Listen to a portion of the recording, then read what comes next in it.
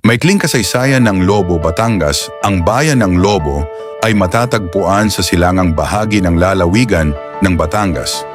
Kilala ito sa magagandang tanawin, mayamang kalikasan at malinis na mga dalampasigan.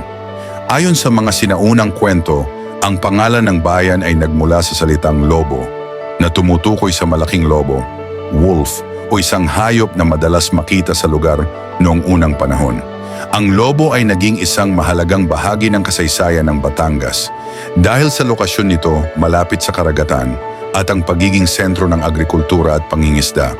Sa panahon ng mga Kastila, naging mahalaga ang lugar na ito sa pagpapalaganap ng Kristyanismo at pagtatatag ng mga pamayanan.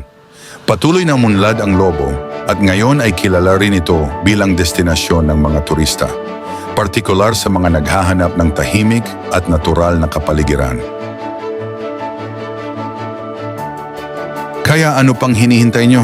Punta na kayo dito sa Lobo, Batangas, kung saan maraming mga resort na pwedeng inyong pagstayan.